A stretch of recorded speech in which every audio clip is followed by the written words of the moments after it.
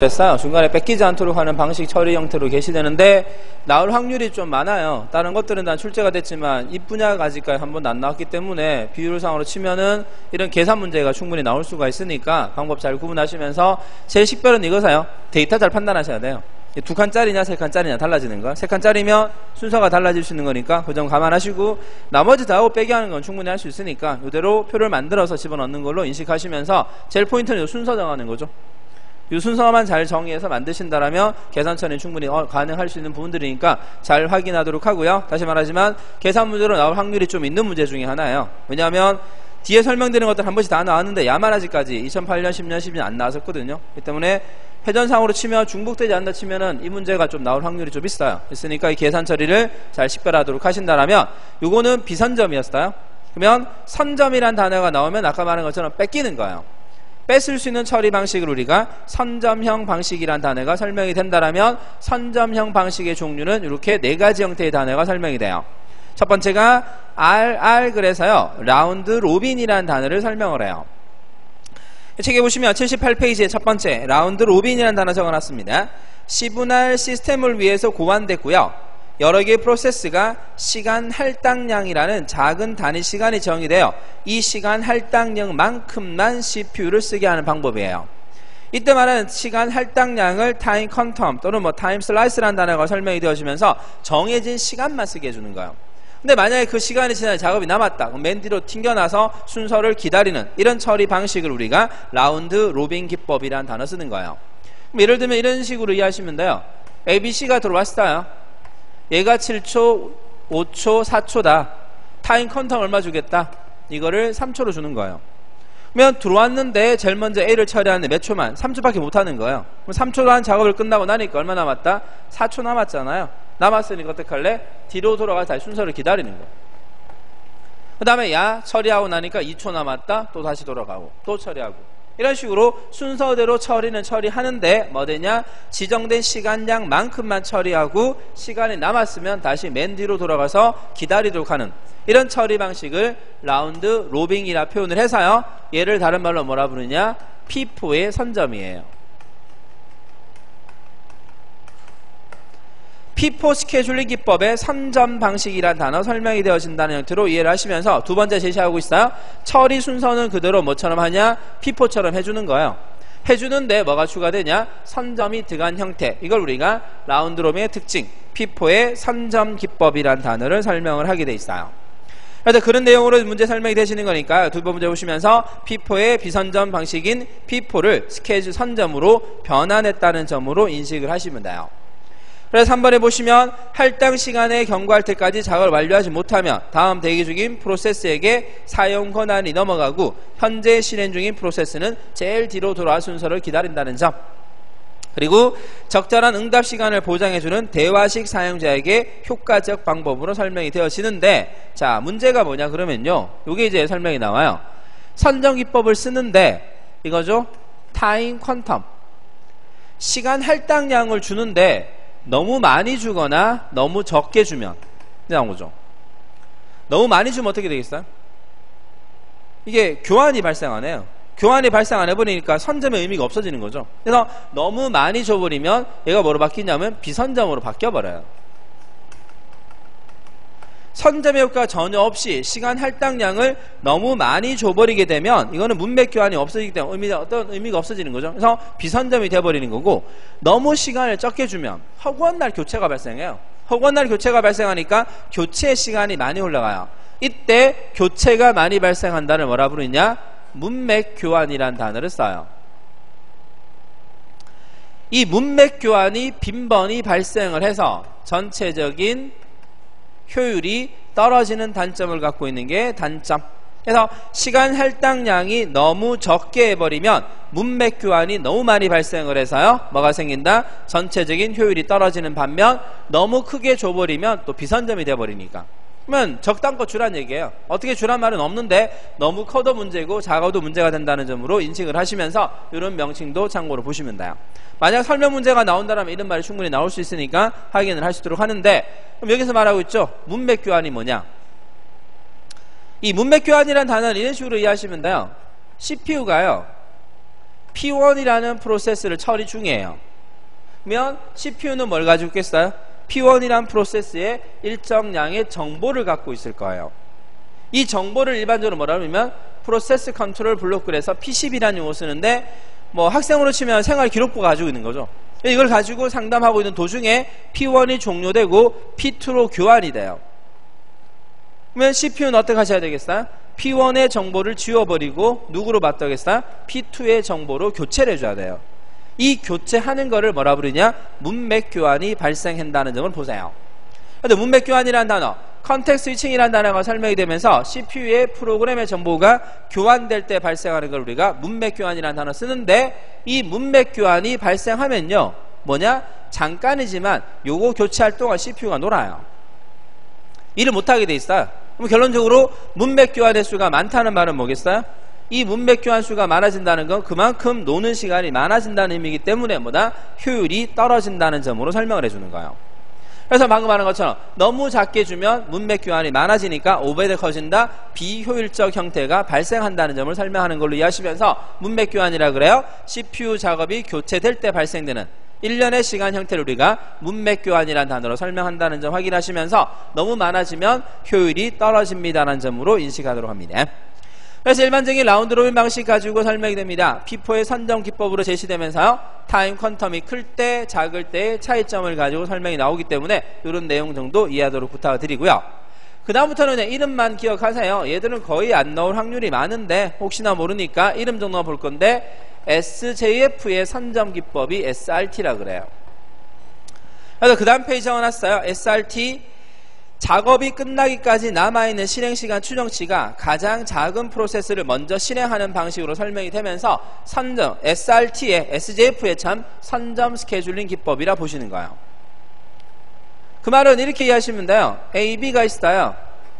A가 4초고 B가 2초고 C가 예를 들어서 뭐 5초다. 그러면 작업량의 제일 작은 얘부터 먼저 들어와 칠게요. 그러면 얘가 작업 중인데 작업을 1초 지난 뒤에 얘가 들어왔어요. 그러면 야가 얼마 남았죠? 3초가 남아있어요. 근데 들어온 작업이 작잖아요? 어떡하냐? 바꿔치기 해버리는 거예요.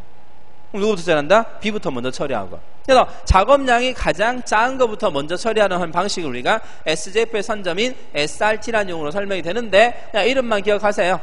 SRT라는 형태가 뭐다? SJF의 선점 기법이라는 점만 확인하도록 하시고요.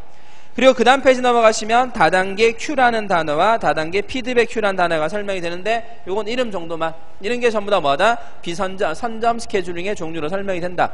이런 내용까지 깊게 설명한 건 거의 안 나와요. 잘 안 나오는 부분이니까 일단 이런 단어 있다는 형태만 보시면서 얘들이 대표적인 뭘 나타낸다? 선점 스케줄링 기법입니다라는 명칭만.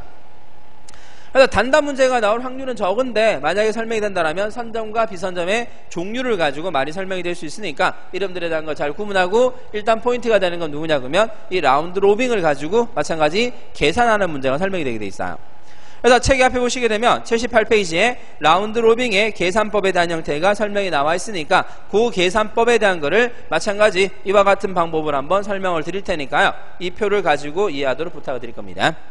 자, 앞에 잠깐 볼까요? 자, 이와 같은 식으로 작업이 진행이 되실 거예요. A, B, C라는 D라는 5개의 작업이 들어왔고요. 각각의 작업량의 형태가 이와 같은 모양으로 만들어져 있다. 이거를 라운드 로빈 방식으로 이용했을 때 평균 대기 시간과 평균 반환 시간을 구해달라고 설명이 나온다라면, 자, 똑같이 갑니다. 근데 라운드 로빙에 하나 체크할 게 있어요. 요거 체크하셔야 돼요. 맥시멈 얼마밖에 못한단 말이죠? 10초라는 시간밖에 못하는 거예요. 더 많은 작업이 있다 하더라도 남겨놓고 뒤로 돌아가야 되는 거니까 그렇게 보시면서 이런 5개의 작업을 라운드 로빈 방식으로 처리한다. 그럼 앞에 그렸던 거와 좀 달라요. 뭐가 추가되냐? 요 하나 더 추가돼요. 왜냐하면 무작정 다 할 수 있는 게 아니라 작업 시간이 남을 수가 있으니까 남은 시간을 체크한 한 칸이 더 들어가서 4칸짜리의 표를 만들어줘야 돼요. 자, 그러면 출발할 거예요. 작업 순서 따질 겁니다. 누구부터 제일 먼저 할까요? 그냥 들어온 순서대로 하게 돼 있어요. 그럼 처음에 누가 하냐? A가 처리돼요. 대기시간 당연히 없죠. 바로 처리할 거니까. 실행 얼마 동안 하셔야 돼요? 12초란 시간 동안 해야 되는데 12초 못 차요. 맥시멈 얼마? 10초밖에 못 해요. 얼마 남았어요? 일하는 시간을 남기고 맨 뒤로 돌아가는 거예요. 이 말이죠. A, B, C, D 순으로 들어왔는데 A가 10초간 처리하고 작업이 남았단 말이에요. 남았으니 어떻게 하죠? 다시 이렇게 맨 뒤로 돌아가는 거예요. 그 다음 작업 누구 처리하냐? B가 처리가 돼요. 얼마 기다렸죠? A가 작업할 동안 기다린 거니까 A 작업 몇 초 동안 했어요? 10초밖에 못했으니까 마찬가지 10초만 기다려요. 작업 얼마 한다고요? 맹 10초밖에 못해요. 얼마 남았어요? 25에 10초만 했으니까 15초란 시간이 남았어요. 그럼 다시 뒤로 돌아가요. 세 번째 C. 얼마 기다렸죠? A, B가 작업할 동안 기다린 거니까 얼마? 20이라는 시간을 기다린 거예요. 그리고 얼마? 10초간 작업 5초를 남기고 또 뒤로 돌아가요. D. 몇 초 기다렸죠? A, B, C가 끝날 동안 기다린 거니까 3개의 작업이 진행될 동안이니까 얼마다? 30이라는 시간을 기다린 거예요. 작업 얼마? 8초밖에 없잖아요. 8초하고 집에 가면 되니까 8초 해요. 그리고 야는 어떻게 하죠? 없어지죠. 다 했잖아요. 집에 가야 야는 없어져요. 그냥. 그 다음에 이 작업 실행해요. 얼마 기다렸죠? 10초, 10초, 10초 하고 8초 작업할 동안 기다린 거잖아요. 그럼 38초. 작업 얼마? 10초. 남은 거 있어요? 없으니까 야도 그냥 집에 가요. 결국 이렇게 돼요. 이런 순서가 라운드 로빙이 되는 거야. 됐죠? 다음 이제 누구 처리하죠? A네요. A 처리합니다. A. 얼마 기다렸죠? 됐죠? 48초라는 시간을 기다렸다고 생각하시면 안 돼요. 제가 일부러 빨간색을 준 이유가 이기 때문이니까. A, B, C, D 한 터 맞잖아요. 여기서부터 잘 생각하세요. A가 누굴 기다렸죠? 요놈, 요놈, 요놈, 요놈 할 동안 기다린 거예요. 왜? A는 아니잖아요. 지 작업이잖아요. 얘가 끝나고 나서 누구 기다린 거예요? B와 C와 D가 E가 작업할 동안 기다린 거거든요. 그래서 첫 텀 할 때는 앞작업의 실행 시간이 끝나지만 두 번째 텀 들어올 때는 어떻게 하셔야 돼요? A와 A 사이의 작업이거든요. 그럼 B, C, D가 작업할 동안 기다린 거지 자기 시간은 포함 안 되는 거죠. 이거 얼마 된 거예요? 요놈, 요놈, 요놈, 요놈 동안 기다린 거죠. 몇 초만 기다렸다? 38초만 기다렸다고 계산이 돼야 되는 거예요. 여기서 이제 실수가 많이 생기는 거예요. 계산하다 보면. 여기까지는 다 누구나 다 아는데 이 다음 텀부터가 이제 문제가 되는 게 자기는 빼야 되죠. 자기와 자기 사이에 작업될 동안 기다린 걸로 생각을 하셔야 되기 때문에 이거는 요 4개 작업 동안 기다린 걸로 생각하셔야 되는 거예요. 그리고 얼마 작업해요? 남은 시간 2초니까 2초 작업하고 집에 가는 거야. 이렇게. 자, 그 다음 할 수 있죠? B. 얼마 기다렸어요?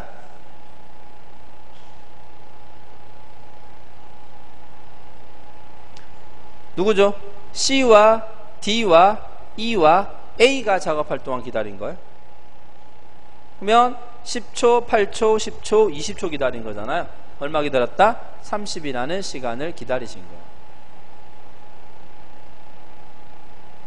작업 얼마 할까요? 10초, 5초 남았으니까 뒤로 돌아가요. 이렇게.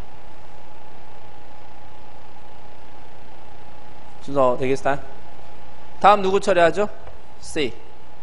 C는 D, E, A, B가 작업할 동안 기다린 거잖아요. 그러면 3개 작업, 4개 작업이니까 8초, 10초, 2초, 10초니까 맹 얼마 기다렸다? 30이라는 시간인가요? 30이라는 시간을 기다렸어요. 작업 얼마 동안 한다? 5초간 작업하고 야도 집에 가요.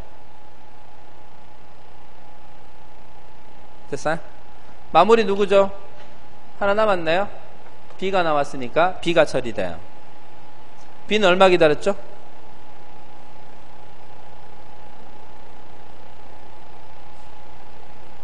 B는 맨 이거죠. 여기서 여기까지잖아요. G, B 끝나고 C하고 다음 B잖아요. 그럼 C가 할 동안 기다린 작업이 되죠. 얼마 기다렸다? 5초간 기다리고 5초간 작업하고 집에 가요. 그래서 작업 종료 되게.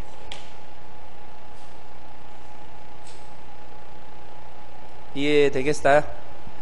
이게 나오면 계산이 복잡해지는 거고요. 책에는 그렇게 쭉 적어놨지만 이거를 그냥 적으면 실수가 딱 나오기 좋아요.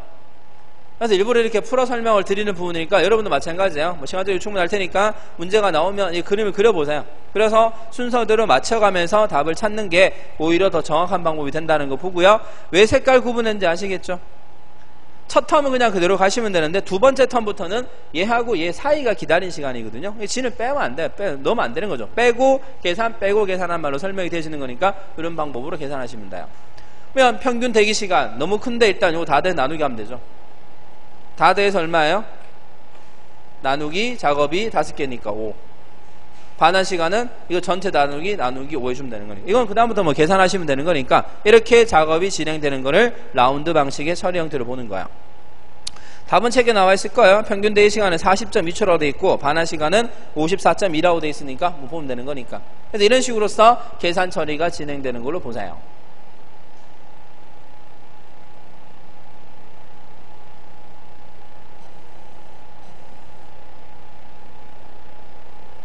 여기까지 알겠어요?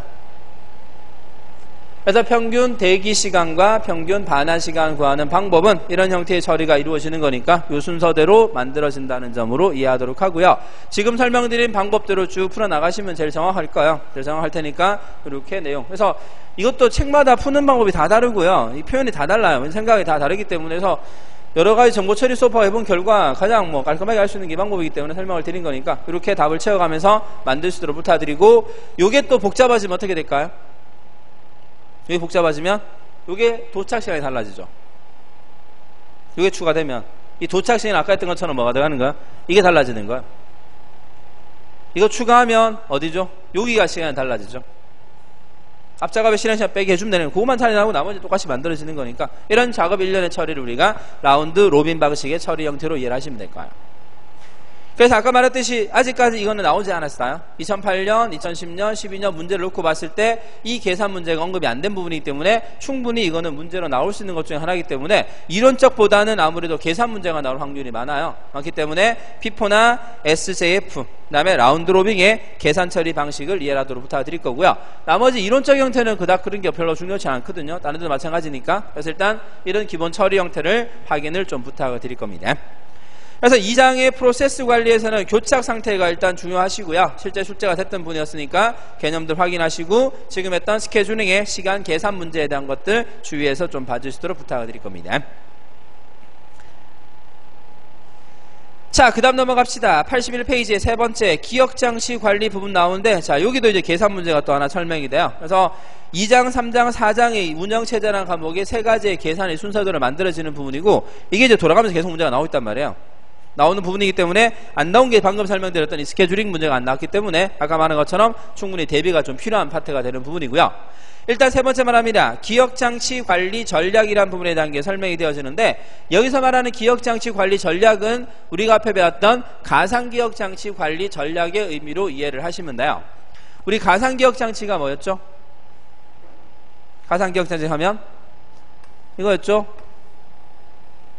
보조기억장치를 뭐처럼 치는 거예요? 메모리처럼 치는 거죠. 그래서 CPU가 있고 메모리가 존재한단 말이에요. 그러면 내가 원하는 프로그램이 이렇게 있어요. 운영체제 일부가 사용 중인 상태라면 그러면 얘를 일로 보내줘야 되는데 공간이 부족하니까 우리 뭐 하겠다? 여기 있는 얘를 뜯어서 실행합니다. 어디로? 여기로 보내줘요. 그래서 여기서 어떻게 하냐? 적절하게 구성을 시켜서 대기시켜 두는 거예요. 그러면 주어진 메모리 공간이 많지 않단 말이에요. 한 요거밖에 없다. 나머지 다 사용 중이더라. 그러면 어차피 얘들이 다 필요한 건 아니니까 어떻게 할래요? 필요한 부분만 여기다 배치해서 어떻게 하냐? CPU가 프로그램 처리해 준다는 거예요. 얘를 집을 짓겠다고 그러면 집 짓기 위한 팀들이 다 대기 중이에요. 오늘은 미장팀만 필요해. 미장팀 올라가면 되고요. 목수만 가면 되죠. 다 갈 필요는 없다는 얘기죠. 근데 필요한 것만 일거실로 보내주겠다는 얘기예요. 이게 일반적인 뭐다? 가상기억 장치 관리 전략이라 본다면 요거를 뭐라 부르냐면 페이지라 그래요. 가상기억 장치의 쪽엔 요 공간을 우리가 페이지란 단어 설명이 된다라면 주기억 장치 할당받은 공간이에요. 이걸 우리가 뭐라 부르냐? 프레임이라고 불러요. 그러면 내가 할당받은 프레임에 처리하고자 하는 페이지 번호를 달까요? 이런 식으로. 그러면 5개의 페이지가 있으면 이 페이지를 할당받은 요 프레임에 집어넣어 줘야 되는 거예요. 이게 일반적인 가상기억장의 기본 처리라면 요청하죠? CPU가 요청을 해요. 야야라고 부르는 거예요. 예를 들어서 1번을 콜한 거예요. 그러면 현재 여기 아무것도 없잖아요. 없으면 어디로 가냐? 쫓아가서 1번을 데리고 와야 돼요. 그러면 1번이 여기 배치되면 CPU가 1번 팀 가고 처리하고, 다음 3번 요청했다 3번 불러오고, 5번 했다 5번 불러오는 거예요. 이런 식으로 필요한 일부 내용만 가져다가 메모리 처리하자. 그러면 이만큼의 공간이 필요 없이도 컴퓨터 처리할 수 있다는 얘기예요. 이런 처리 형태를 우리가 가상기억 장치의 명칭으로 보시면서 페이지와 프레임이라는 단어 확인하시고요. 한 개 더 할게요.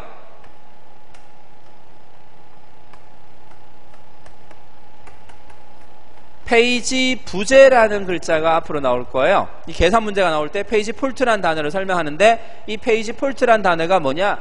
야야 불렀는데 없는 경우. 강의실에 내가 누구 찾고 싶어요. 홍길동아 불렀는데 홍길동이 없는 경우요. 이때를 페이지 폴트, 페이지 부재라는 단어로 설명이 된다는 걸로 일단 기본 용어로 기억을 하시면서요. 이런 거를 이제 계산하는 문제가 설명이 돼요. 그래서 페이지 폴트라는 단어가 뭐다? 요청된 페이지가 없을 때를 페이지 부재라는 단어로 이해하시면서 페이지와 프레임, 페이지 폴트가 뭔지를 먼저 확인을 하세요. 그러면 지금부터 설명합니다. 기억장치 관리 전략의 첫 번째, 반입 전략이란 단어가 나와요. 이 반입 전략이란 말은 이거예요. 요거 언제 여기로 가져올래? 언제 보조기억장치에서 주기억장치로 가져올 것인가를 결정하는 전략을 반입 전략이라 표현을 해요. 그래서 프로그램이나 데이터를 보조기억장치에서 주기억장치로 언제 가져올지를 결정하는 전략을 반입 전략이다. 그 정도만. 그냥 이거 말 그대로요. 여기 있는 거 언제 일로 가지고 올래를 결정하는 거를 반입 전략이란 단어가 설명이 되면, 자, 두 번째 별표 쳐두세요. 배치 전략이란 단어가 나오는데 몇 번 시험 문제가 언급됐던 거고요. 나오면 반드시 맞춰줘야 되는 형태입니다. 많이 어려운 게 아닌데요. 얘를 불러왔잖아요. 그러면 들어갈 수 있는 공간이 많을 거예요. 어디다 집어넣을래? 어느 위치에 집어넣을 것이냐를 결정하는 걸 우리가 배치, 플레이스먼트라는 단어가 설명이 되면서 프로그램이나 데이터를 주기억장치 내 가용 공간 중 어디에 배치할 것인가를 결정하는 전략을 플레이스먼트, 배치 전략이라 그래요. 얘는 나오면 무조건 맞춰줘야 되는 문제예요. 절대 틀려서 안 되는 문제고 쉬워요. 그 전략이 세 가지가 있어요. 뭐 있냐? 최초적합과 최적적합과 최악적합의 세 가지 방법으로 설명이 돼요. 그래서 최초, 최적, 최악의 단어 세 개를 기억하시면서요. 최초적합은 가장 먼저 눈에 띈 공간이에요. 메모리 공간 중에 가장 먼저 눈에 띈 공간에 배치하는 방법을 최초적합이라 표현을 하고요. 최적적합은 가용 공간이 가장 적게 남은 곳, 즉 아주 알맞은, 제일 알맞은 공간에 배치하는 방법을 최적이라 부르고요. 그러면 워스트 비트는 가장 큰 공간에 배치하는 방법을 최악적합이란 단어를 쓰게 돼 있어요. 그래서 앞에 잠깐 볼게요. 메모리 공간이 이렇게 배치가 될 거예요. 이런 식으로 쓸 수 있는 메모리 공간 중에 여기가 5K 영역, 여기가 10K, 반대로 바꿀까? 여기가 10K짜리 영역이 있고요. 여기가 5K짜리, 여기가 3K, 30K짜리 영역이 있다는 거예요. 이렇게 할당받은 공간이 존재하고 있을 때 4K짜리의 프로그램을 할당할 거예요. 그 말은 이 4개의 영역이 있는데 4K짜리를 반입해서 데리고 온 거예요. 데리고 왔으면 이 배치 중에서 어디에 집어넣을 것이냐? 1번, 2번, 3번, 4번 영역 중에 이거예요. 그러면 여기서 우리가 원하는 적당한 위치에 배치할 거예요. 첫 번째가 최초적합을 쓰면 어디에 배치되냐 이거죠. 뭐랬어요? 최초가? 들어갈 수 있는 공간 중에 제일 먼저 눈에 띈 공간에 집어넣는 거거든요. 그러면 들어갈 수 있는 공간이 요놈, 요놈, 요놈이 가능하잖아요. 그 중에 제일 여기는 짜그리가 못 들어가니까 세 개 중에서 가장 먼저 눈에 띄는 공간이죠. 어디 들어가겠다? 10K 위치에 집어넣는 게 최초적합이 돼요. 항상 순서는 얘가 제일 먼저 눈에 띈 공간이니까. 그에 반해서 두 번째, 최적 적합을 쓰면 비교를 해보는 거죠. 비교한 공간 중에 들어갈 수 있는 것 중에서 가장 작은 공간을 말하는 거야. 뭐 어디냐? OK가 제일 작다. 여기에 배치하는 방법이 최적. 그러면 세 번째, 최악은 들어갈 수 있는 공간 중에서 뭐예요? 가장 큰 공간에 집어넣어 주는 거야. 그럼 제일 큰 공간이 어디다? 여기죠. 30K 위치에 배치하는 방법. 그러니까 이거는 뭐든 간에 시험 나오면 틀릴 게 없어요. 최초, 최적, 최악이라는 단어 뜻만 이해하신다라면 들어갈 수 있는 공간 중에서 이 말이죠. 절대 3K는 못 들어가죠. 4개짜리는 배치할 수 없으니까 못 들어가는 것 중 빼고 들어갈 수 있는 공간 중에서 가장 먼저 눈에 띈 곳에 넣는 거는 최초, 가장 알맞는 데는 최적, 가장 큰 데는 최악이라는 단어 설명한다. 이게 두 번째 플레이스먼트 배치 전략이라 표현을 할 거예요. 다시 말하면 이거는 나오면 틀려서 안 되는 문제예요. 고맙습니다가 맞춰야 되는 문제이기 때문에 세 가지의 기본 전략 형태를 이해를 하시면서 최초, 최적, 최악이라는 방법을 이해를 하세요. 그리고 여기에 또 하나 추가할게요. 이런 말이 나와요. 단편하라는 글자까지 연결해서 혹시나 문제가 나올 수가 있는데 이 메모리 배치에 단편하라는 단어가 나오게 되면 배치하고 남는 짜투리 공간, 기억장치에서 사용하지 못하는 공간을 우리는 뭐라 부르냐? 단편하라는 용어로 설명을 할 거예요. 즉 이 말은 이렇게 합시다. 메모리 공간이 이렇게 있어요. 3K짜리 공간과 5K짜리 공간이 있어요. 여기에 4K짜리 프로그램을 할당을 할 거예요. 그러면 다시 말하면 식당에 갔는데 3인용 테이블, 5인용 테이블이 있는 거예요. 그러면 4명이 들어왔어요. 어디 배치할까요? 5인용 테이블에 배치하겠죠. 그러면 4K가 할당이 되네요. 할당을 했는데 보니까 얼마 남죠? 짜투리 1K가 남아요. 이때를 뭐 발생했다? 내부 단편화가 발생했다라고 이야기를 해줘요. 얼마? 1K의 내부 단편화. 그래서 단편화란 단어는 기억 공간에 남는 짜투리 공간을 설명을 하는데 그 짜투리 공간 중에 지금 보시는 것처럼 배치하고 남은 공간을 우리는 내부 단편화가 발생했다라 불러요. 그에 반해서 여기에 4K짜리 할당이 될까요? 못 들어가요. 4자리가 3자리밖에 없으니까. 그러면 할당 못했으니까 누굴 못 쓰는 거예요? 얘를 사용하지 못하는 거죠. 이때를 뭐 발생했다? 외부 단편화가 발생했다라고 이야기를 해줘요. 그러면 외부 단편화 크기는 얼마를 못 쓰는 거야? 3K가 4K보다 작으니까 못 쓰는 거거든요. 여기다 뭐 발생했다? 3K의 외부 단편화가 발생했다라 표현을 해요. 자, 이 단어는요 어려운 단어는 아니기 때문에 이해하기 그대로 봅시다. 그래서 배치하고 남는 짜투리 공간은 뭐라 부르냐? 내부 단편화가 발생했다라 표현을 하고요. 배치를 못해 못 쓰는 공간이에요. 이런 공간을 우리가 외부 단편화가 발생했다. 이때 프로그램이 아니라 이 메모리를 못 쓰는 거니까 메모리 크기 3K의 외부 단편화가 발생했다는 점으로 보시면 돼요. 그래서 왜 이 말을 드리냐? 이렇게 문제가 나오죠. 최초 적합에 발생하는 단편화와 종류는 최초 적합을 이용했을 때 발생되는 단편화의 종류와 크기가 얼마냐까지 문제가 나오는 거예요. 그럼 뭐죠? 10K짜리에 뭐 집어넣은 거예요? 4K가 들어갔잖아요. 들어갔으니까 얼마 남았어요? 6K가 남았단 말이에요. 6K 뭐 발생한다? 내부 단편화 발생한다. 이런 것까지 연결해서 문제가 나올 수 있어요. 최적이니까 얼마죠? 1K의 내부 단편화. 나는 26K의 내부 단편화가 발생했다. 그래서 단편화란 단어까지 연결하시면서 배치 전략 3개, 최초, 최적, 최악이란 단어 설명이 되고요. 방금 했던 것처럼 단편화란 단어까지 기억을 하시면 될 거예요. 나오면 정말 고맙습니다 하고 맞춰줘야 되는 방법이니까요. 그 점을 잘 이해를 하시면서 정확한 내용을 이해를 부탁드릴까요. 이름 그대로입니다. 최초, 최적, 최악이란 단어 확인하시면 돼요. 그래서 이거를요 83페이지 보시면 시험 문제가 나와요. 2010년도 문제로 나왔었나요? 주기억장치에 사용 가능한 부분이 다음과 같습니다. M1은 16, M2는 14, M3은 5K, M4는 30K예요. 그랬을 때 M1, M2, M3, M4 순서 유됐을 때 13K를 요구하는 작업이 최초, 최적, 최악 방법으로 배치될 때 결과로 옳은 게 뭐냐 물어보는 거예요. 문제 이해되시겠어요? 그럼 그림으로 다시 한번 표현해 볼까요? 요 똑같은 거죠. 4개의 공간이 있는데 말이죠. 그 4개의 공간 중에 할당받은 공간이 16, 14, 5, 30. 이 공간을 할당받았다 이 뜻이 되죠. 그랬을 때 우리가 요구하는 프로는 얼마다? 13K짜리를 요구한 거예요.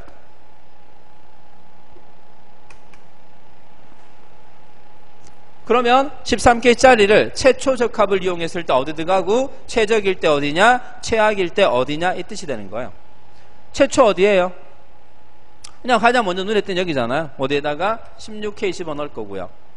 최적은 중에 제일 알맞은 거잖아요. 5는 못 들어가니까 여기 됐네요. 14K 들어가고, 최악은 가장 큰 데 들어가니까 30K 들어가고, 그러면 M1, M2, M4 순서로 들어가네 이 뜻이에요. 순서 되겠어요? 그래서 이런 식으로 문제가 나오면 이거는 어떤 시험이든 간에 제일 쉽게 풀리는 문제 중에 하나예요. 바로 답이 보이는 문제니까. 근데 여기다 한 개를 더 추가시키면 이래 나오죠. 이때 발생한 단편화 총 크기는 한 개를 더 추가시킬 수 있는 거예요. 이렇게 썼을 때 단편화 크기의 총중 얼마냐 이거죠. 야는 3K, 1K, 14K 나온다는 거죠. 이거를 다 더하거나 단편화 종류를 물어볼 수 있는 형태가 이제 한 개를 더 추가할 수 있는 거니까 요 3가지 방법뿐만 아니라 추가적으로 보는 거죠. 배치하고 남는 짜투리를 우리가 뭐다? 내부 단편화 표현하는 거고, 배치 못해가 못 쓰는 외부 공간이에요. 이걸 우리가 외부 단편이라는 단어 설명하는 거니까 그런 점을 이해를 해주시면 될 거예요. 그래서 기억하셔야 되는 것 중에 하나입니다. 반입 전략은 솔직히 큰 의미가 없는 반면, 두 번째는 배치 전략의 순서는 정확하게 이해를 하셔갖고 이거는 고맙습니다 하고 맞춰야 되는 거예요. 나올 확률도 많은 문제 중에 하나니까요. 식별 잘할 수 있도록 부탁드릴게요. 자, 그래 다시 한번 보시면 언제 갖고 올래? 반입 전략에 따라 갖고 왔어요. 갖고 왔으면 어디에 집어넣을래가 두 번째 배치 전략으로 설명이 된단 말이에요. 그래서 이런 경우죠. 방금처럼 1번, 3번, 5번 불러왔어요. 그래서 차례차례 집어넣어주면 된단 말이에요. 근데 다시 2번을 불렀어요. 그러면 2번을 데리고 들어왔는데 1, 3, 5가 자리를 다 차지하고 있거든요. 그럼 자리가 없어요. 없으면 어떡합니까? 지금 들어온 게 중요하지 야들이 중요한 게 아니거든요. 그럼 어떡하죠? 이놈 중에 한 놈을 쫓아내야 돼요. 쫓아내서 자리를 만들어서 두 번째가 실행하도록 해줘야 되는 거죠. 그게 세 번째 전략이네요. 뭐라 부르냐? 교체 전략, 리플레이스먼트, 재배치 전략이란 단어 쓰는 거예요. 그래서 주기억 장치 내의 빈 공간을 확보하기 위해서요, 제거할 프로그램이나 데이터를 결정하는 전략을 우리가 뭐라 부르냐? 배치 전략, 재배치 전략. 즉 누구를 쫓아낼 것이냐를 결정한다는 거죠. 이걸 우리가 배치, 교체, 재배치, 리플레이스먼트라는 단어가 설명이 되게 돼 있어요. 요게 아까 설명드린 것과 마찬가지로 밑에 보시면 여러가지 스케줄링 종류들이 또 나오는 거예요. 그러면 어떤 방법을 이용해서 해당되는 페이지를 골라낼 것이냐가 쭉 설명이 나오는 거예요.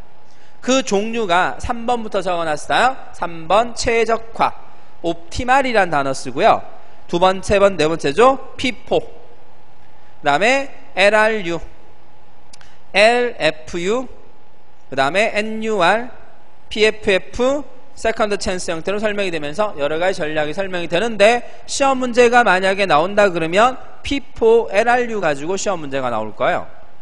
그리고 이거를 통한 계산 문제를 갖고 설명이 나오게 돼 있으니까 P4나 LRU란 단어 형태를 주로 보시고요. 그 다음에 OPT라는 단어도 한번 설명이 될 수 있는 거니까 일단 구점만 이해하시고, 밑에 나오는 PF하고 그 다음에 세컨드 찬스는 거의 언급이 안 될 확률이 많거든요. 얘는 굳이 안 보셔도 되고 위에 거를 잘 정리를 하시면서 같이 한번 봅시다. 최적화라는 개념은요, 현 시점에서요, 줄 쳐두세요. 앞으로 페이지 사용을 미리 예상해서 교체하는 전략이에요. 다시 말하면 앞으로 가장 오랫동안 사용되지 않을 것으로 예상되는 페이지를 교체하는 거예요. 이 말은 뭐냐? 미래상을 보는 거예요. 현재 있는 페이지 중에서 이거죠. 이 1, 3, 5 중에 한 놈을 쫓아내야 되는데 누굴 쫓아낼래? 앞으로 보니까 1번이 안 쓰이겠더라. 1번을 자리를 바꿔치기 하는 거예요. 그래서 이거는 미래상을 보는 거죠. 그래서 미래상을 보니까 최적이지만 실제로는 구현이 불가능하죠. 왜? 미래에 대한 예측은 안 되잖아요. 그러니까 누굴 쓸지 모르기 때문에 이거는 쓸 수 없는, 이론적으로는 최상이지만 실제 구현 안 되는 방법으로서 앞을 봐요. 앞을 보면서 가장 오랫동안 사용되지 않을 페이지를 고른다는 의미로서 최적이란 단어 설명이 된다는 점 보시는 거고요. 두 번째 말하는 P4는 우리 들어봤죠? 뭐 있어요? 먼저 들어온 게 먼저 나간단 말이에요. 그래서 주기억 장치에 들어와 있는 페이지에 타임 스탬프를 찍어 그 시간을 기억하고 있다가 먼저 들어온 페이지부터 교체하는 전략으로 줄쳐둘게요. 시간상 가장 오래 있었던 페이지와 교체하는 방법이에요. 그러면 위엔 OPT는 앞으로 사용되지 않을 페이지가 중점이 된다면 P4는 가장 오랫동안 있었던 페이지를 교체하는 방법을 우리는 P4라는 용어로 쓸 거예요. 그리고 LRU라는 단어는요, 현 시점을 기준으로 과거에 사용되지 않은 가장 오래된 페이지를 교체한다. 줄쳐두세요. 현 시점에서 가장 오랫동안 사용되지 않은 페이지와 교체하는 기법이에요. 이거는 예를 들기 좀 그렇지만 술집을 예를 들어요. 술집에 테이블이 다 찼어요. 손님이 몰려오기 시작한 거예요. 그럼 여러분 주인 입장에서 어떻게 하냐? 기존 손님을 쫓아내고 싶어요. 그러면 P4 기법 뭐겠어요? 문 열자마자 들어온 놈들, 가장 먼저 들어온 놈을 쫓아내는 방법이 P4가 되고요. 그 다음에 LRU는 뭐겠어요? 가장 오랫동안 주문 안 한 놈들. 그래서 시간상 가장 오래 있었던 고른다를 P4가 된다면 사용하지 않은 페이지를 고르는 기법을 LRU란 단어로 설명이 되더라. 두 개의 단어 P4, LRU란 단어를 잘 식별하시고요. 이거를 이용한 계산 문제가 또 출제가 되기 때문에 두 가지 방법의 뜻을 이해를 하셔야 돼요. 그 다음 나오는 건 이론만 LFU라는 단어가 나오는 건 횟수가 제일 적은 거. 그래서 사용된 참조수가 가장 적은 페이지와 고르는 기법은 LFU란 단어를 설명을 해요. 반대는 MFU가 돼요. 여긴 지금 없습니다만 LFU는 참조의 수가 제일 작은 걸 고르는 거잖아요. 그에 반해서 LFU가 아닌 MFU는 뭘 나타낸다? 횟수가 가장 많은 거, 즉 주문 횟수가 제일 많은 거, 가장 많이 사용한 걸 고르는 기법은 MFU, 횟수가 가장 적은 걸 고르는 거를 LFU라는 단어 설명하는 거니까 반대 형태로 이해를 하시면 되고요. NUR이라는 형태가 나오는데요. 이거는 단답 문제로 나오는 부분인데 페이지별로 줄쳐둡니다. 참조 비트와 변형 비트를 써요. 이 비트를 이용해서 등급을 매겨요. 그 등급이 가장 낮은 페이지를 교체하는 기법을 NUR이라는 단어 설명이 되면서 정보처리 기사 같은 경우에서 단답으로 제일 많이 나오는 것 중에 하나요. 비트란 말이 나오고 페이지 교체 기법이 뭐냐 물어보게 되면 NUR이라는 단어로 설명이 되어지는 거니까 이름들 확인을 하시면서 비트란 단어요. 참조 비트와 변형 비트를 이용하는 기법은 NUR이라는 점으로 보세요. 그래서 여기서 기억할 거는요, OPT, P4, LRU, LFU, NUR까지 정도 단어만 이해를 하시면 되고요. 그 중에 가장 키가 되는 거는 P4와 LRU 기법에 대한 형태의 계산 처리 형태가 문제로 만들어지기 때문에 그 계산법에 대한 형태를 잘 확인을 부탁드릴 겁니다. 자, 그래서 뒤로 가시면 84페이지에 보시면 지금 말했던 것처럼 이런 교체 전략에 관련된 형태의 계산 문제가 설명이 되기 때문에 그 계산 처리법을 여러분이 좀 이해를 하도록 부탁드릴 거예요. 자, 첫 번째 84페이지 보시면 적어놨습니다. 최적화란 형태가 설명이 되면서 아까 말한 것처럼 가장 오랫동안 사용되지 않을 페이지를 고르는 기법이래요. 요거는 좀 이따 보도록 하고요. 옆에부터 먼저 볼게요. 두 번째는 P4의 계산 처리 형태부터 할 거예요. 그래서 P4나 형태 아까 정의 적어 놓고요. 3번에 보시면 적어놨어요. 이런 식으로 이제 문제가 나올 거예요. 3개의 페이지 프레임을 가진 기억 장치에 참조 페이지 번호 순서대로 페이지 참조가 발생할 때 P4 기법을 사용할 경우 몇 회의 페이지 부재가 발생하는가 이렇게 나와요. 그리고 밑에 적어놨죠.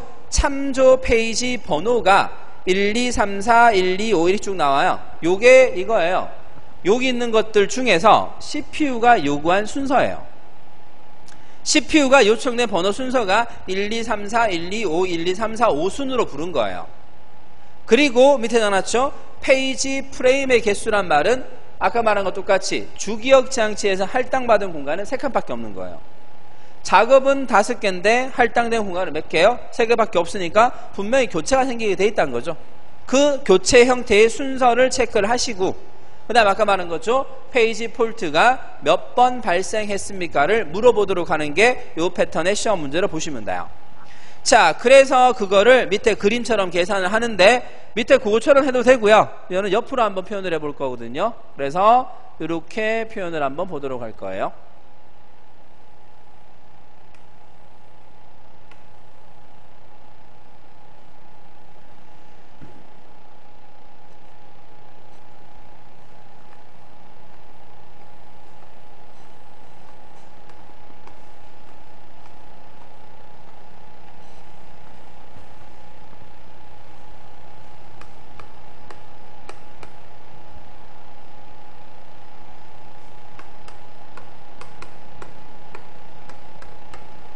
자, 앞에 봅시다.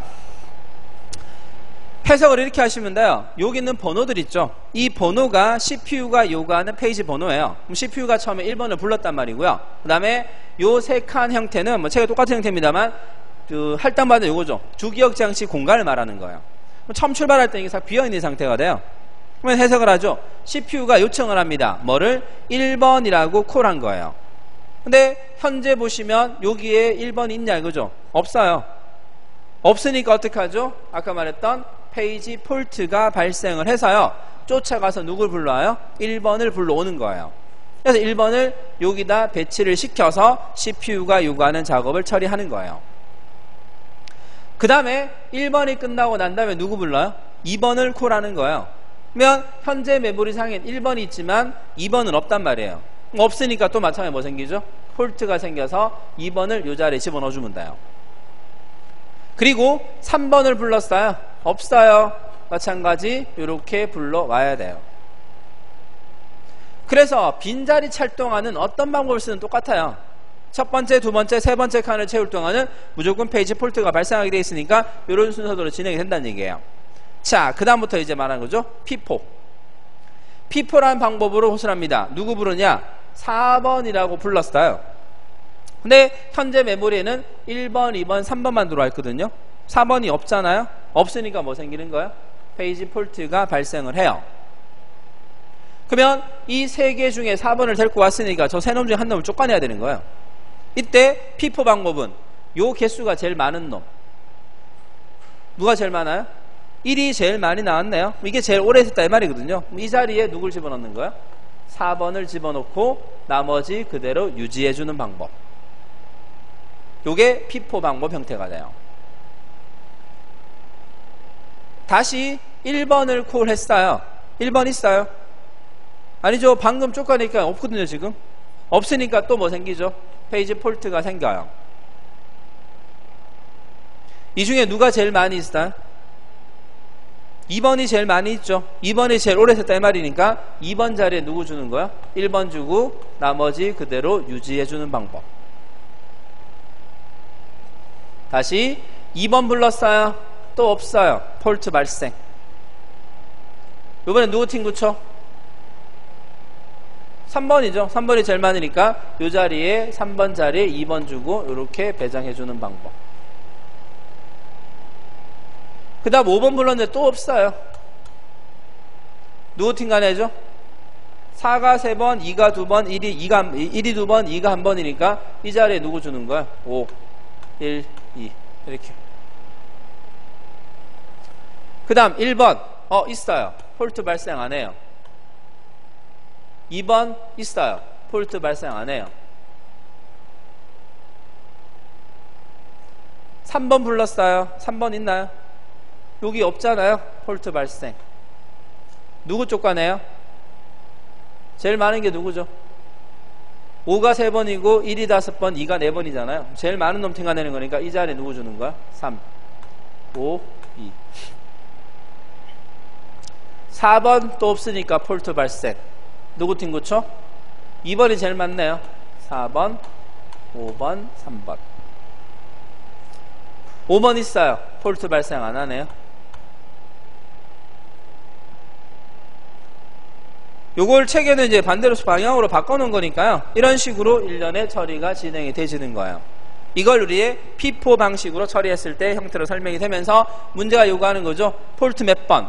1번, 2번, 3번, 4번, 5, 6, 7, 8, 9번의 페이지 폴트가 발생했다. 이 개수를 구하는 문제.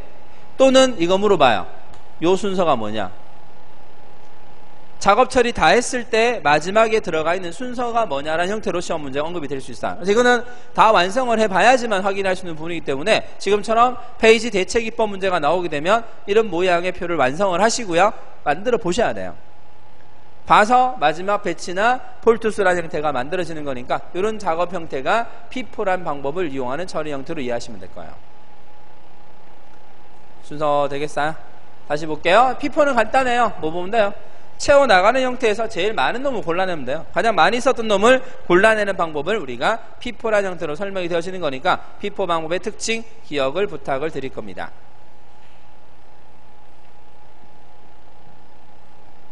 여기까지. 그러면 그 다음 페이지로 넘어가시면요, 요거와 똑같은 놈인데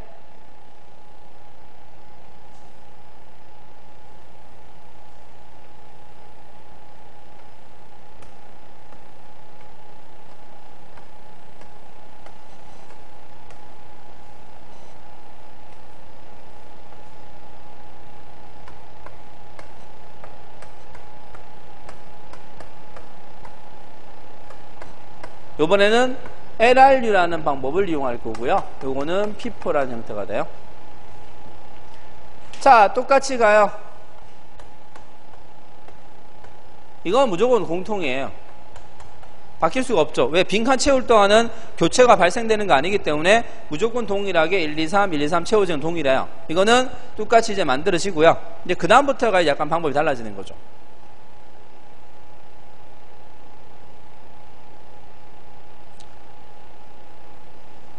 자, 가볼게요.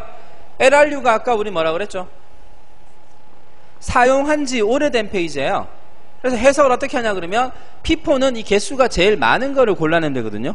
근데 LRU는 해석을 달리합니다. 뭐 보냐? 이거 안 봐요.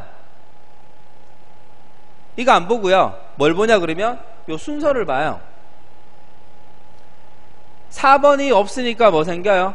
맹 폴트가 생기잖아요. 그러면 1, 2, 3 중에 누굴 튕가낼래? 제일 앞에 있는 놈. 해석을 이렇게 하시면 돼요. 4번 전에 누구 썼어요? 3번 쓰고 2번 쓰고 1번 쓴 거예요. 그럼 가장 오랫동안 안 쓴 게 누구예요? 1번을 가장 오래 안 쓴 거니까 1번 자리에 있는 값을 이렇게 쫓아내는 방법이에요.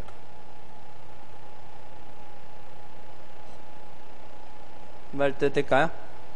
이거 P4는 별로 차이 없이 나오는데 일단 엄연히 좀 차이가 생기는 부분인데 이런 식으로 해석하는 거예요. 반대로 달라. 이거는 P4는 여기 나온 개수가 제일 많고 적은 걸로 판정이 이루어진다라면 이거는 위에 순서를 보고 판정을 하는 거예요. 1번 없으니까 폴트 생겨요. 누구 쫓아내요? 4번 방금 썼고 3번 2번 순이잖아요. 2번 자리에 1번을 주는 방법. 폴트 1, 4, 3이니까 3번 자리에 2번이 들어가요. 별반 차이 없어요. 비슷하게 가고 있으니까. 그 다음에 5번 요구해요. 누구 팀간해죠? 2, 1, 4순이니까 4번 자리에 5를 주고 이렇게 맞춰 나가는 거예요. 1번 있으니까 5, 1, 2, 5, 1, 2 그대로 가요. 자, 3번 없으니까 폴트. 누구 팀간해요? 요까지 달라지죠.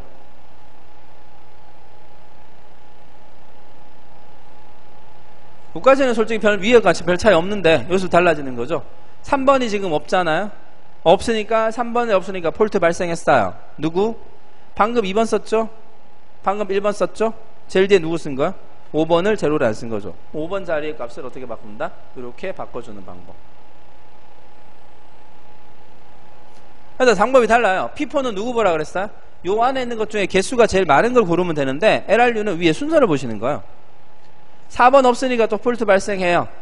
누구 쫓아내요? 3, 2, 1 순이잖아요. 그러면 3 방금 썼고 2번 좀 전에 썼고 1번을 제일 나중에 썼네요. 누구 튕가낸다? 1번 자리에 4번이 들어오게.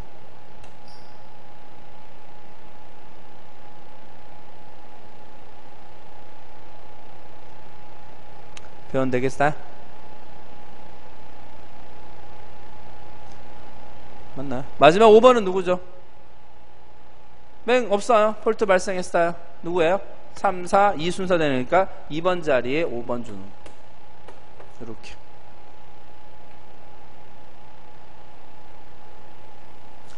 그래서 마찬가지죠. P4일 때 LRU일 때 방법 자체가 다르고요. 원래 그러면 LRU가 횟수가 줄어요. 훨씬 더 적게 나오는데 이건 데이터 자체가 좀 이상하게 돼 있어갖고 좀 길게 나와서 보니까 좀 여러 번 설명이 되시는 부분인데 일단 이런 방법으로 처리가 되시는 거. 이게 P4와 LRU의 계산법 형태가 되고요. 문제 풀기 위해서는 반드시 뭐냐? 이렇게 만들어 보셔야 돼요. 만약에 다르다 그러면 이 폴트 수가 프레임 개수가 4개 줄 때도 있고요. 3개 줄 때도 있고요. 그건 차이가 다른 빼고는 순서 동일하게 데이터 값 적어놓고 지금 보시는 순서대로 하나씩 처리해 주는데 P4는 방금 설명드린 것처럼 어떻게 하면 돼요? 위에 거 골라내면 돼요. 횟수가 제일 많은 고른다면 얘는 뭐 하겠다? 앞에 있는 번호를 보는 거야. 번호를 보고 가장 오랫동안 제일 뒤에 나온 형태를 골라내는 방법을 우리는 뭐라 부르겠다? LRU 기법이란 단어 쓰는 걸로 인식을 하시면 될 거예요. 두 개, FIFO와 LRU란 단어 형태를 잘 인식을 하셔갖고요. 문제 확인을 부탁을 드릴 겁니다. 거의 나온다라면 FIFO 아니면 LRU를 가지고 문제가 만들어지기 때문에요. 두 가지 형태만 잘 이해하신다라면 쉽게 해결할 수 있는 부분으로 보시고요. 대신 앞으로 들어와서 84페이지에 첫 번째 있죠. OPT 기법이란 단어가 설명이 될 거예요. 옵티말.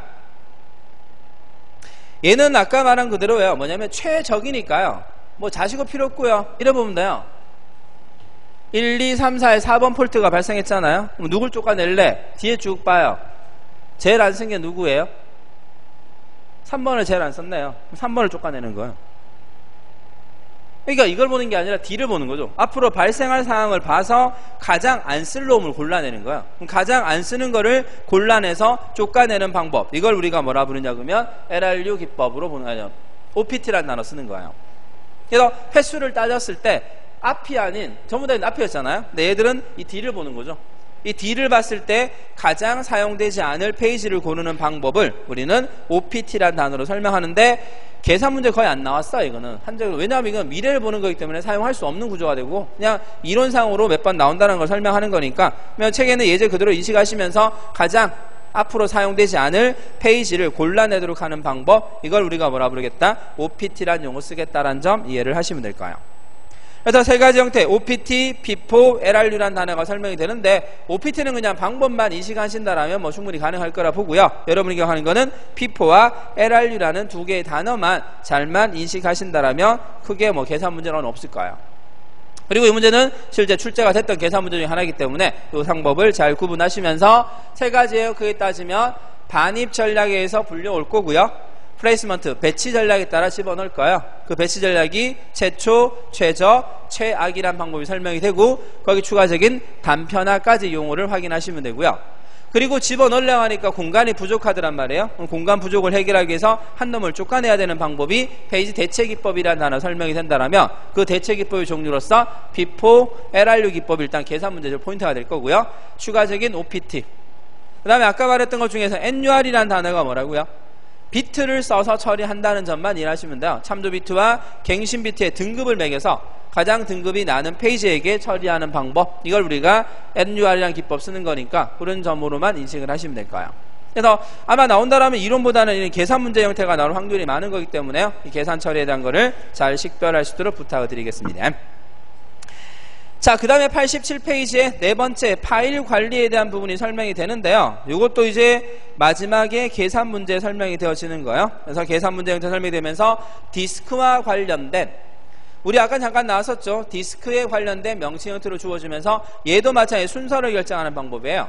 그래서 보시면 디스크 스케줄링은요, 디스크에 존재하는 파일의 데이터들을 연속되지 않은 많은 섹터에 저장되어 있습니다.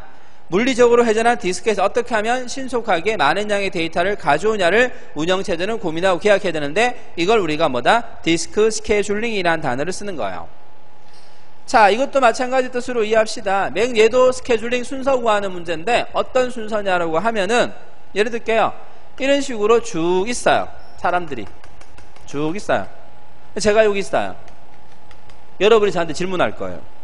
그러면 손들 거 아니에요? 손들 거면 어떻게 하냐? 그 질문에 답변을 처리하는데 손들었고 손들었고 손들었고 손들었어요. 이런 식으로. 그럼 나는 처리할 때 어떻게 할까요? 1번 처리한 다음에 손든 순서대로 하고요. 2번 처리하고 3번 처리 갔다 왔다 죽어요. 나는 완전히. 이동하는 너무 많은 시간이 가버리니까 출발할 때 어떻게 할까요? 아, 보니까 요라면 제일 좋겠네. 그러면 이것도 어떻게 할까요? 순서를 미리 정해서 처리하면 빠른 처리가 될 거란 말이에요. 그러면 이 이동을 최소 줄여서 처리하는 방법을 따져보자가 디스크 스케줄링 기법이라는 단어 설명이 되는 거예요. 그래서 디스크 스케줄링 중에 첫 번째가 나왔습니다. FIFO. 이건 알아요.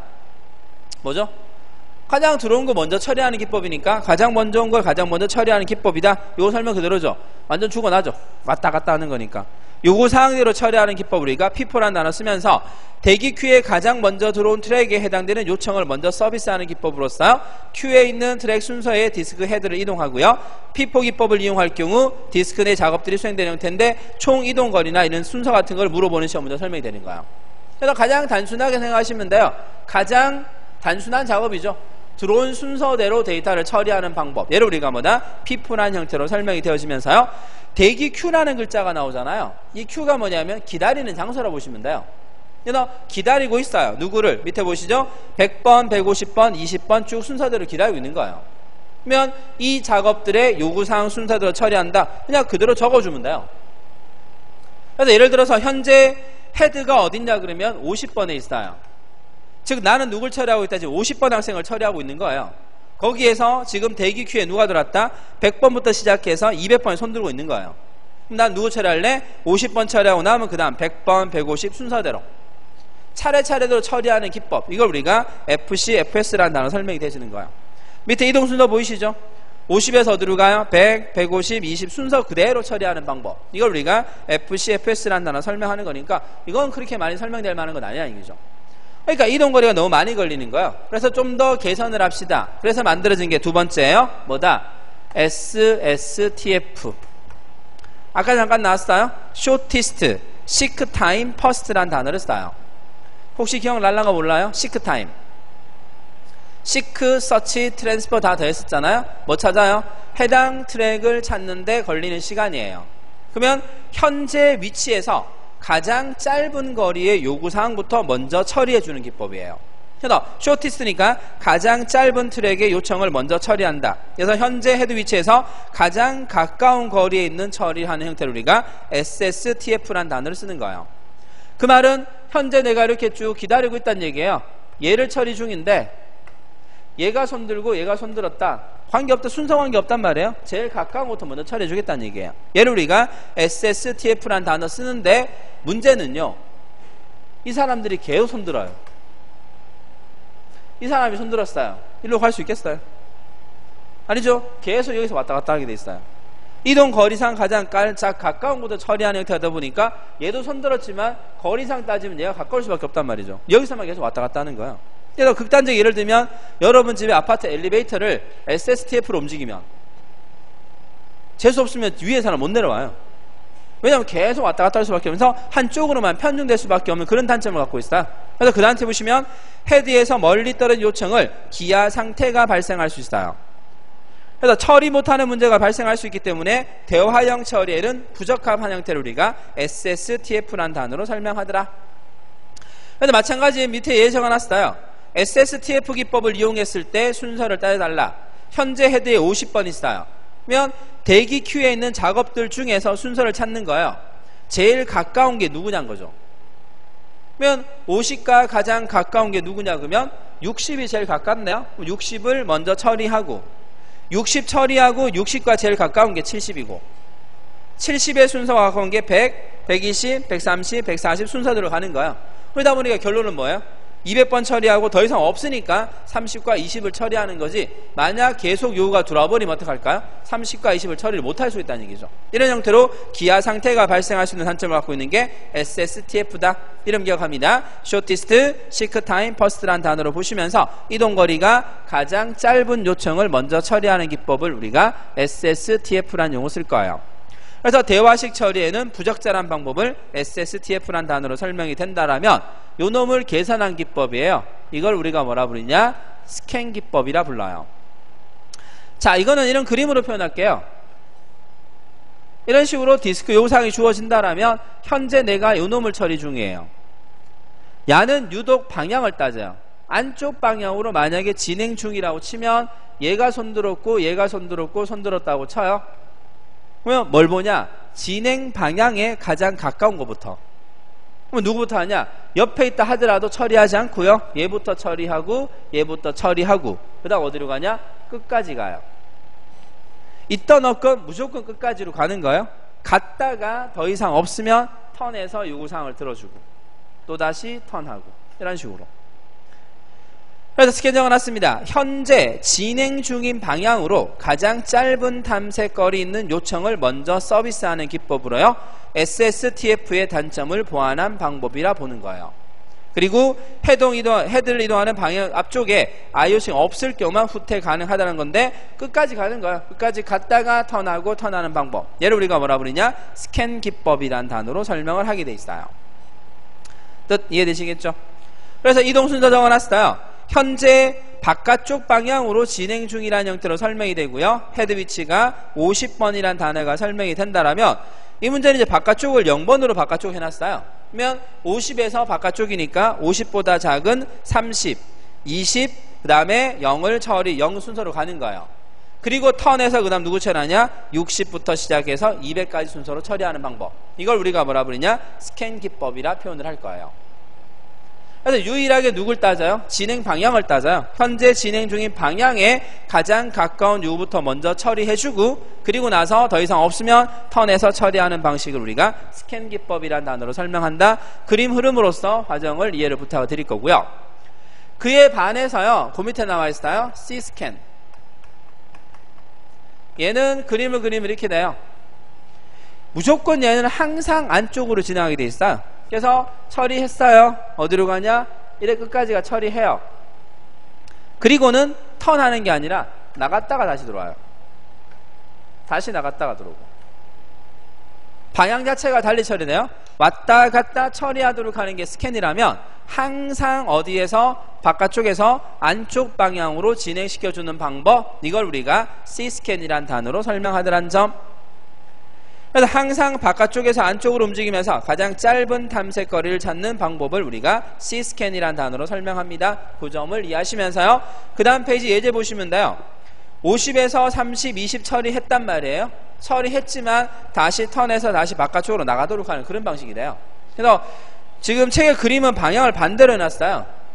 안쪽부터 먼저 간다고 해놨기 때문에 50, 60, 70 쭉 이동하는 거야. 이동했다가 200까지 갔다가 다시 바깥쪽에서 어떻게 하냐? 0, 20, 30 순서로 진행이 되시는 거니까 그런 흐름. 그래서 그림상으로 보시면요. 이런 식으로 안으로 처리됐죠. 끝나면 어떻게 해요? 나갔다가 다시 안으로 들어오고요. 나갔다가 다시 안으로 들어오는 이런 일련의 처리 방식을 우리가 C스캔이란 단어로 설명하더라. 이름 보시면 돼요.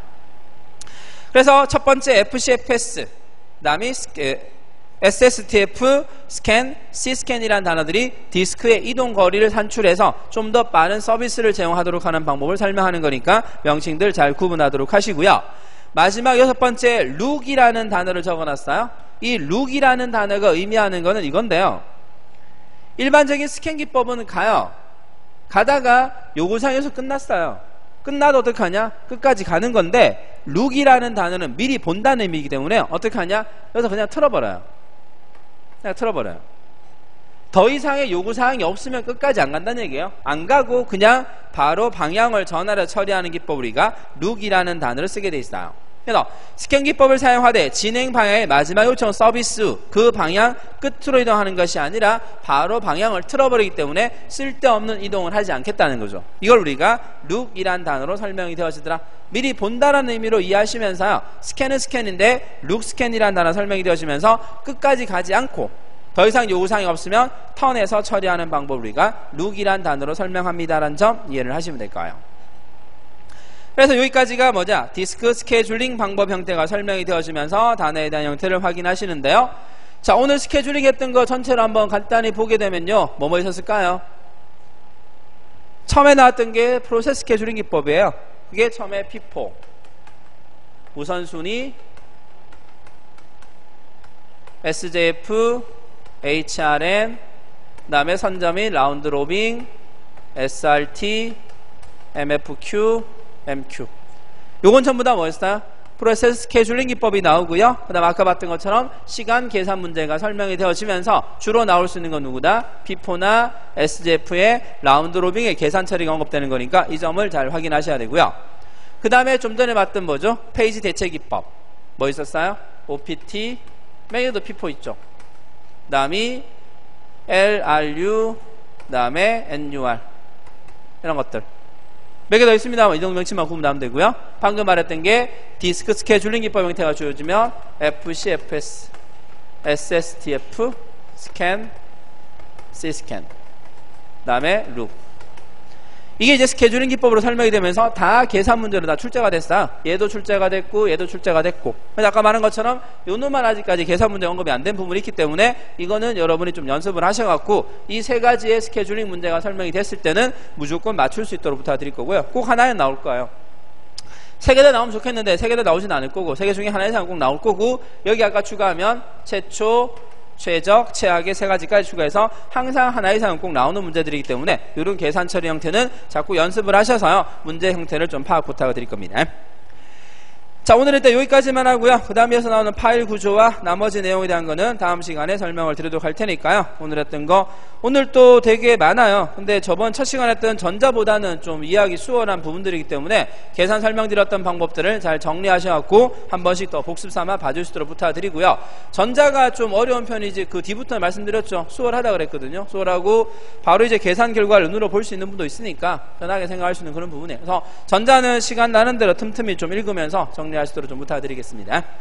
그리고 다음 주는 수업이 없고요. 말씀드린 것처럼 다음 주는 수업 없으니까 이렇게 추석들을 잘 지내도록 하시고요. 그 다음 주에 수업 다시 연결해서 계속 설명을 드릴 테니까 뭐 계속적으로 보세요. 안 보다 다시 보게 되면 다 까먹게 돼 있으니까 시간 되시는 대로 앞에 봤던 내용들을 좀 읽으면서 정리하시도록 부탁드리겠습니다. 수업 받느라 고생 많이 하셨고요. 남은 주말 잘 지내시고 추석 잘 보내시고요. 그 다음 주 뵙도록 하겠습니다. 마치겠습니다. 수고하셨습니다.